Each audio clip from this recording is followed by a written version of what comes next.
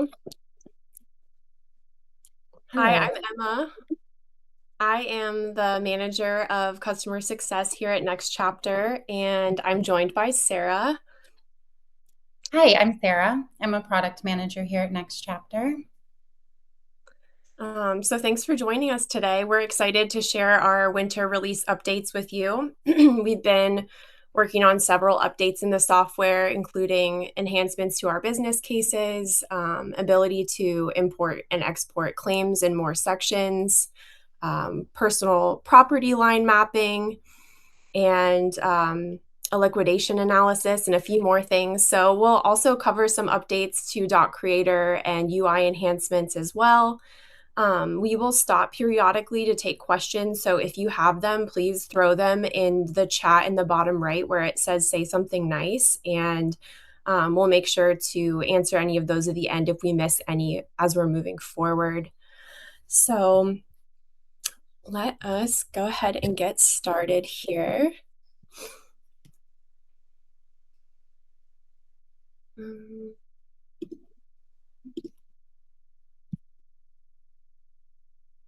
I am going to share my screen.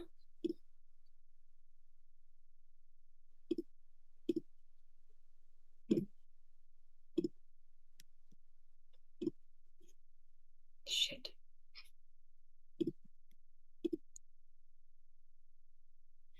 Can you still see me, Sarah?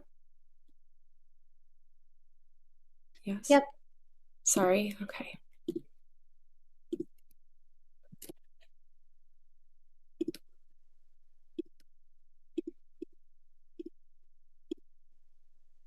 My apologies. I am having a hard time sharing my screen here. Just 1 second.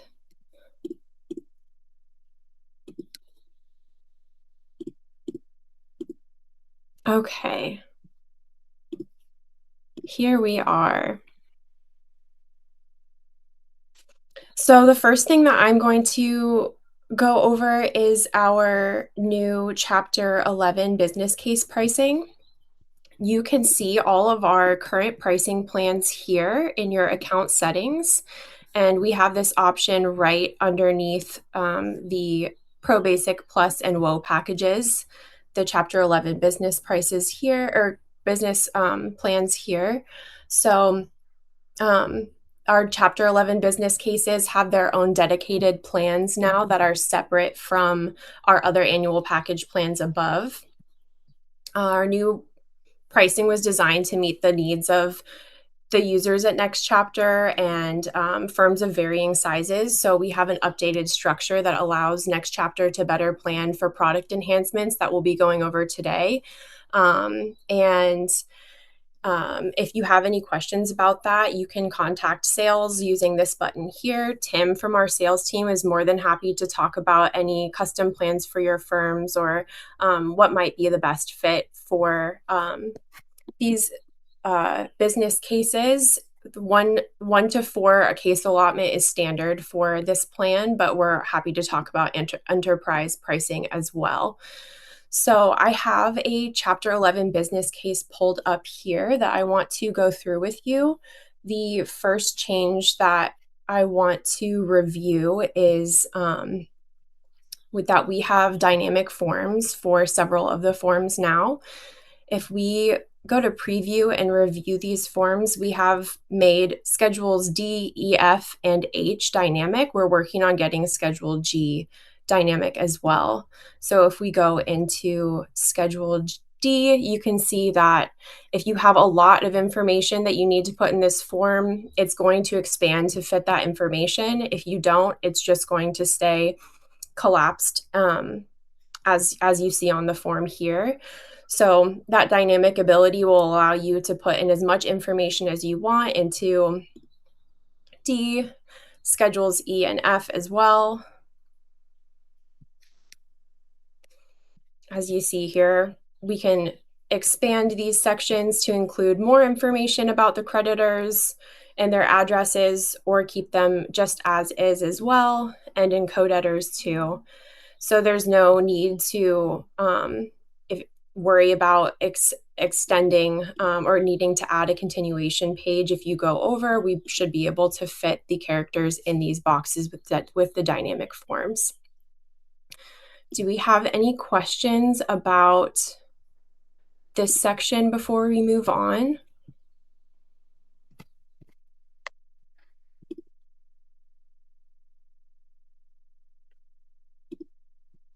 Okay, I will just keep on moving then. I do want to review personal property line mapping next. This is a feature that we already have in our Chapter 7 cases, but now if you go into the personal property section, you'll be able to see in the dropdown exactly what line each of the assets is going to go on. So if you're wondering where this should fall on the form exactly, if office fixtures is going to go on which line, it'll show you exactly what line that will pull up on the form. So you can enter that information in and then preview the exact line that will appear on in your form preview. We've also allowed the ability to import and export information and data into more sections than just claims. So in your claims sections, we've always had these import and export buttons here so that you can import claims from other cases and export as well. We have allowed that ability in all of the sections in property now, as well as all of the claims sections and the lawsuits section. So to use this, if you already have a file saved and you want to import into lawsuits, you just click this import button, choose your file, and those are automatically added. So we can see this in property as well. If we want to import into machinery and vehicles, you'll just select the exported file, and those are going to seamlessly pop up in that section for you. A few other things that we've added to business cases specifically are auto create forms in our forms library. So if you go to forms library, you'll see all of these auto create forms here at the top, as well as a few down below as well for district forms. But we have added the Chapter 11 final report as well as the operating report here. And these are super straightforward. If you come into your additional documents forms library, you'll be able to click create next to that form and complete the form right within the app. When you're done, you can just click save, and that form will be saved automatically to your client document storage here. So you'll see that pop up. The same goes for the monthly operating report. You just fill in the information with the fields we already have for you in here, and then you'll be able to create that form and save it to your client document storage here. So these functions are pretty straightforward, but we're really excited about the new enhancements and the ability to add more claims, more imports, more dynamic forms. It would be helpful. Kenneth says it would be helpful if Schedule C could be dynamic as well for personal finance filings. Noted, Kenneth. I appreciate the feedback there. Does anybody have any other questions about the things that I have reviewed so far? If not, Sarah will be able to keep moving forward to show you the rest of our winter releases. Awesome. I am also having trouble commenting, Emma, just so you know. It's not letting me, but I will go ahead and share my screen. Perfect.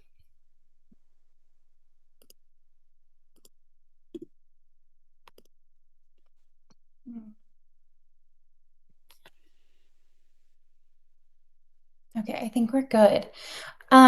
So just to pick up where Emma left off with business cases, I'm going to talk a little bit about something that we created for business cases, something that when reaching out to business users was highly suggested, and that is a liquidation analysis. When I go over this, mind you, this is just version 1. We will be taking surveys, feedback to enhance it and make it more, exactly what our users are looking for. But for liquidation analysis, how it's going to work is you're just going to come into your personal property. You're going to add your assets as you normally would. And then once you get down to your secured claim section, just how you would normally add a secured claim. I already have some pre-populated in here. But when you go to add your asset here and then you save it, you can go to the liquidation analysis, and here you can see this is going to list out all of your assets. And then within your assets, it's going to pull the book value. And then we have an editable liquidation percentage. So you can come in here and you can put whatever percentage you want, and then it's automatically going to do the calculation. In the middle here, we have an expense liquidation. So this would be any expenses in your business that you're wanting to deduct from those claims, which is then going to be totaled out here at the bottom. And then this is going to show all of the gross proceeds. Also, it's going to show anything minus the exemptions that were entered into the middle section. And then finally at the bottom, you're going to have your net proceeds. So like I said, this is V1. We are going to be doing a version 2 since this is pretty basic cover, but it is definitely something that I think is it's a great feature for our business users. But if you guys have any questions about that, we do have some Help Center articles as well. So also, if you have feedback about what else you'd like to see on the liquidation analysis, we would love to hear from you on that as well for version 2. Yeah, I do know in the next couple of weeks, we are going to be sending out some pop-up surveys. It's the best way for us to really gather information from users while they're in there. And it also allows us to see what you guys like, don't like, or what would really benefit you better. This is really just based loosely on our property analysis, which if anyone uses us for just individual cases, we do have the property analysis tab in there that breaks down all of your assets, equity, or not liquidation, but unexempt and exempt properties. But yeah, any feedback is definitely helpful as we start to really get into enhancing our business portion of the software. So next I'm going to go over a new update that we have, and it's actually our onboarding checklist. So any users who purchase a Pro Basic 12 plus plan and higher, we have this really cool feature, and I'm actually going to have Emma share a Help Center article in the comments so you guys can kind of see exactly what that checklist looks like. I am having issues just in my case showing it since it has to be purchased, but the Help Center article covers everything. There's a screenshot, but whenever you come into your pricing plans and you purchase any of the packages that are going to be 12 plus or higher, so Pro Basic 12 plus, and then any of the Pro Plus and Pro packages, we have this really cool onboarding checklist. And what it does is it allows users to set up your account and your profile by checking off a checklist. It connects you to links. It shows you upcoming webinars. It allows you to watch previous webinars, Pro Plus trainings, stuff like that. Also, if you're concierge, stuff like that. There's Help Center articles in there. So by checking off every one of the tasks in the checklist, it really kind of just helps you get familiar with your account. So that's going to be for all of those users who do purchase any of those plans. And then it's also going to be for any of the users you invite to your firm. So any paralegals or legal assistants or attorneys in your firm will also get that same checklist. So it's going to be per user, which I think is really nice. But then now I'm going to go into some UI updates that we did for our Doc Creator feature. So Doc Creator is our document creator tool. And we're as we get feedback for the Doc Creator tool, it's really nice because then we can make those updates and then we can come here and we can share them and show you in real time, especially if you're not a Doc Creator user. I think some of them are really cool to see what it actually can do. So I'm actually going to show you the templates in the Doc Creator in your account settings. So anyone who has Doc Creator purchased, if you come into your account settings and you go into your Doc Creator templates, here you can choose your area of law, but you can create your templates here. And then I'm going to show you the header tool that we updated. So one of the updates that we recently made is we've always allowed users to enter a header into their documents. But some feedback that we got is that users didn't want to see that header on every single page of that document. So we went in and we updated so you can show on the first page, or you can come in and you can show on all the pages. I'm going to keep it on just the first page so I can show you guys what it looks like in an actual case. But let me jump into my case.